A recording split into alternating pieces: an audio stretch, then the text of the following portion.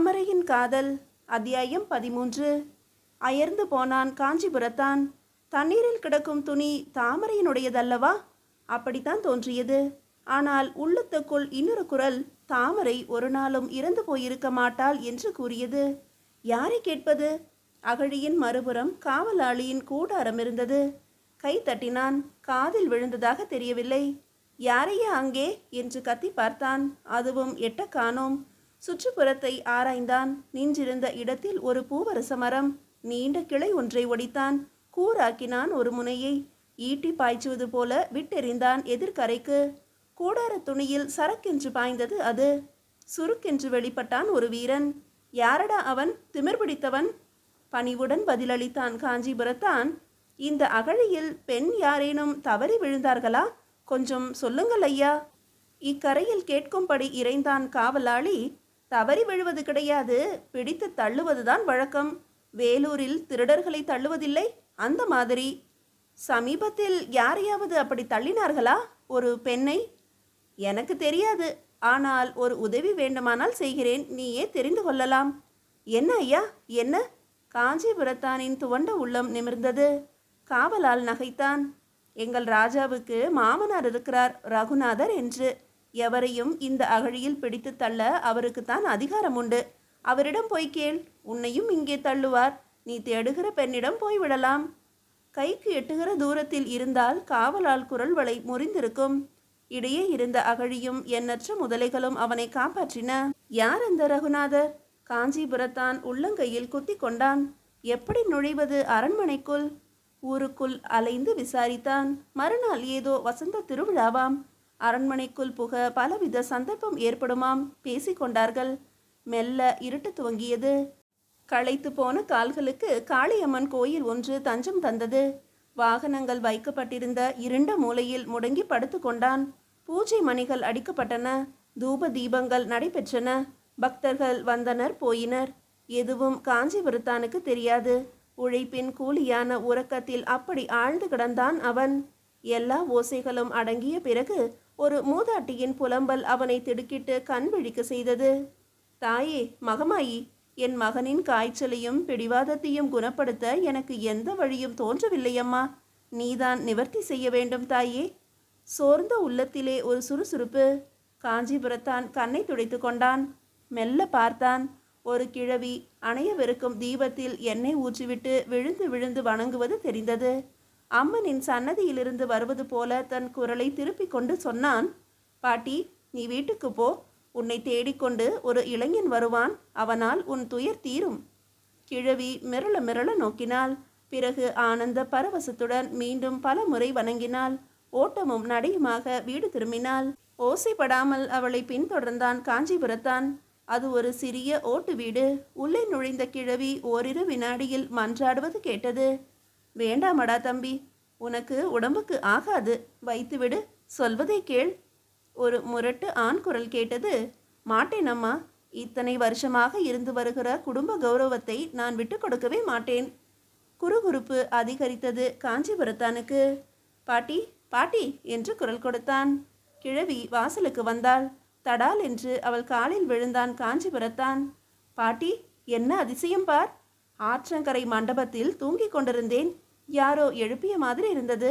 இந்த வீட்டு அடையாளத்தை சொல்லி பாட்டி பாட்டி என்று கூப்பிடு என்று கூறிய மாதிரி தோன்றியது. கிழவி அவனை நெற்றி வழித்து திருஷ்டி கழித்தாள். நீ வருவாய் என்று எனக்கு தெரியும். வா வா, உள்ளே வா.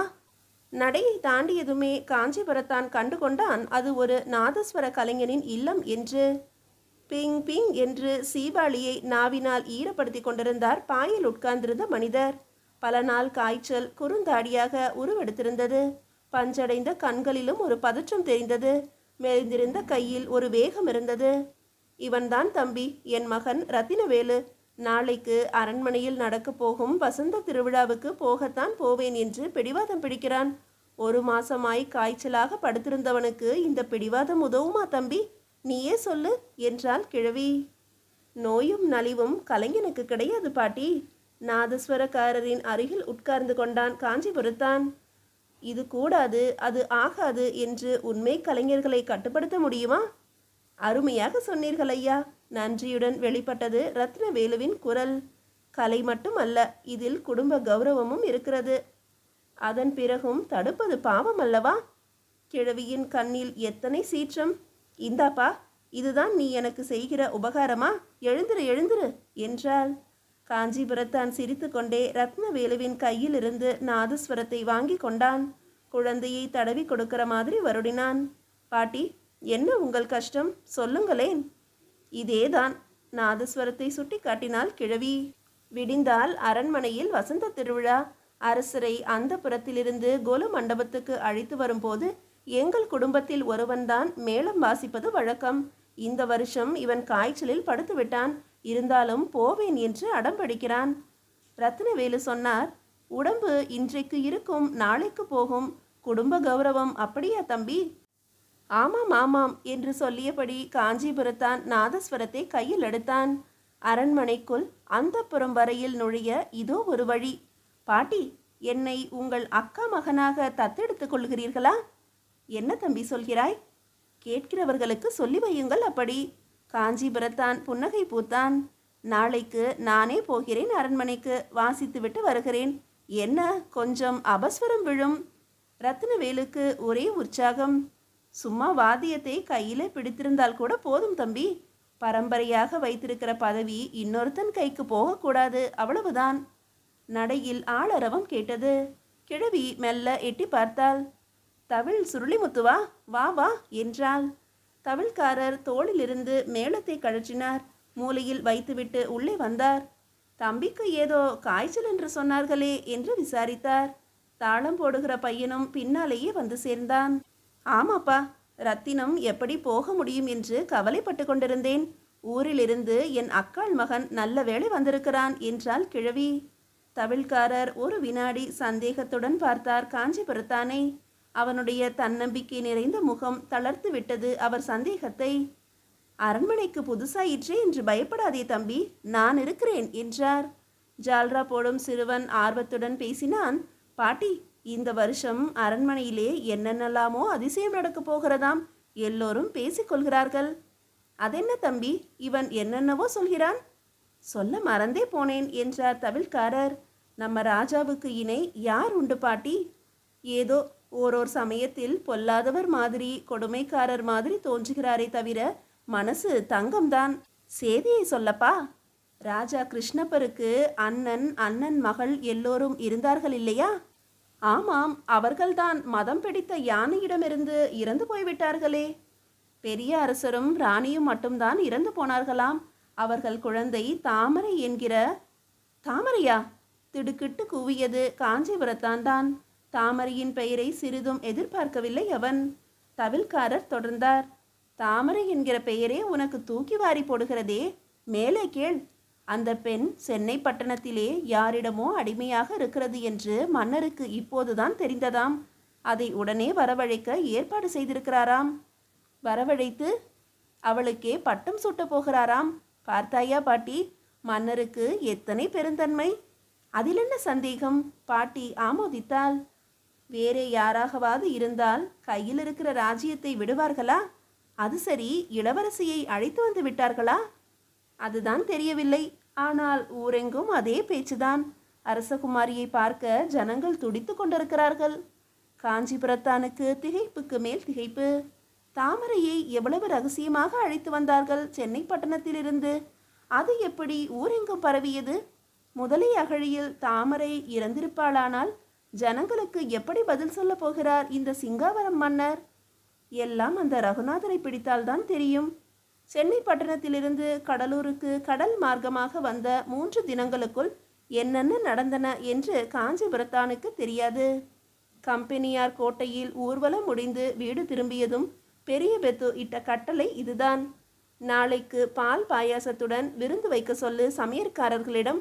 எல்லா அடிமைகளுக்கும் ஊற்ற வேண்டும். தெய்வநாயகி வியப்புற்றாள். என்னப்பா, ராஜ்யம் இப்போதே உங்கள் கைக்கு வந்துவிட்ட மாதிரி தெரிகிறதே. இடையூறாக இருந்த எதிரியை அக்கறை சீமைக்கு அனுப்பியாகிவிட்டதம்மா. இனி என்ன? மீசையின் 2 நுனிகளையும் 2 சுண்டு விரல்கள் தட்டி கொடுத்தன. யமனுக்கு தலைமகன் அவன். தெய்வநாயகி சிரித்தாள். எங்கேயாவது திடீரென்று தலை காட்டுவான். கனவு. மகளின் மணிக்கட்டை பரிசோதித்தார் பெரிய பெத்து. பலே, குரத்தி நன்றாக வேலை செய்திருக்கிறாளே. பழசு என்று தோன்றும்படி பச்சிலைகள் தேய்த்தாளா? நிறைய. திருப்தியுடன் வெளிநடந்தார் பெரிய பெத்து. அடுத்து அவருடைய விஜயம் அலி மாடசாமி காயங்களுடன் படுத்திருந்த மருத்துவமனை. எஜமான், இந்த நாயை தாங்கள்தான் காப்பாற்றினீர்கள். கையெடுத்து கும்பிட்டான் கங்காணி. உன் நன்றியை காட்ட சந்தர்ப்பம் ஏற்பட்டிருக்கிறது. பெரிய பெத்துவின் விரல் அசைப்பில் அருகில் இருந்தோர் அகன்றனர். எதுவும் செய்கிறேன் எஜமான். ஸ்ரீரங்கத்தில் நாம் விலைக்கு வாங்கியது தாமரையை அல்ல, தெய்வ நாயகியை. புரிகிறதா? மூளையை கசக்கி விளங்கி கொண்டான். சிங்காவரம் ராஜகுமாரி இனி தெய்வநாயகிதான். சமயம் வரும்போது சொல்ல தயாராக இருக்க வேண்டும், சரியா? செய்தி அறிவதற்காக சிங்காவரத்துக்கு அனுப்பப்பட்டிருந்த ஒற்றன் மறுநாள் காலை வந்தான். அவன் சொன்னான், தாமரையை அழைத்து சென்றது அரச பீடத்தில் அமர்த்து அல்ல, ரகசியமாக ஒழித்து கட்டத்தான். பெரிய பெத்து முருவளித்தார். அப்புறம் என்றார். மன்னர் கிருஷ்ணப்பர் தன் மாமனார் ரகுநாதரிடம் தாமரையை ஒப்படைத்தாராம். அவர் அவளை முதலைகள் நிறைந்த அகழியில் தள்ளிவிட்டார் என்று தெரிய வருகிறது. அந்தஸ்துக்கு மீறி ஆசைப்பட்டால் அப்படித்தான். மீசையை சுண்டியபடி குறுக்கும் நெடுக்குமாக உலவினார் பெரிய பெத்து. அசல் வாரிசை ஒழித்து விட்டானா கிருஷ்ணப்பன்? இன்னும் நல்லதாக போயிற்று. நீ போய் நம் ஆட்களில் நம்பகமான 10 பேரை அனுப்பி வை. கெட்டிக்காரர்களாகவும் பிரச்சாரத்திலே புலிகளாகவும் இருக்க வேண்டும். அவர்கள் என்ன செய்ய வேண்டும் எஜமான்? அதை நானே அவர்களிடம் சொல்லிக் கொள்கிறேன்.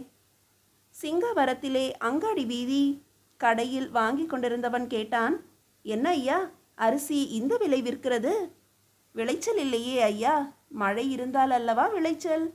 இந்த வருஷம் கட்டாயம் மழை இருக்கும் பாருங்கள். ராஜா தர்மவானாக இருந்தால் பூமி பூரிக்காதா? கிருஷ்ணப்பர் நீதி நியாயம் தவறாத மன்னர். இல்லாவிட்டால் எங்கேயோ மறைந்து போன அண்ணன் மகளை தேடி பிடித்து வருவாரா? அது என்ன புதுசாக இருக்கிறது? கடைக்காரர் ஆவல் கொண்டார். காதிலே விழுந்ததை சொன்னேன் ஐயா.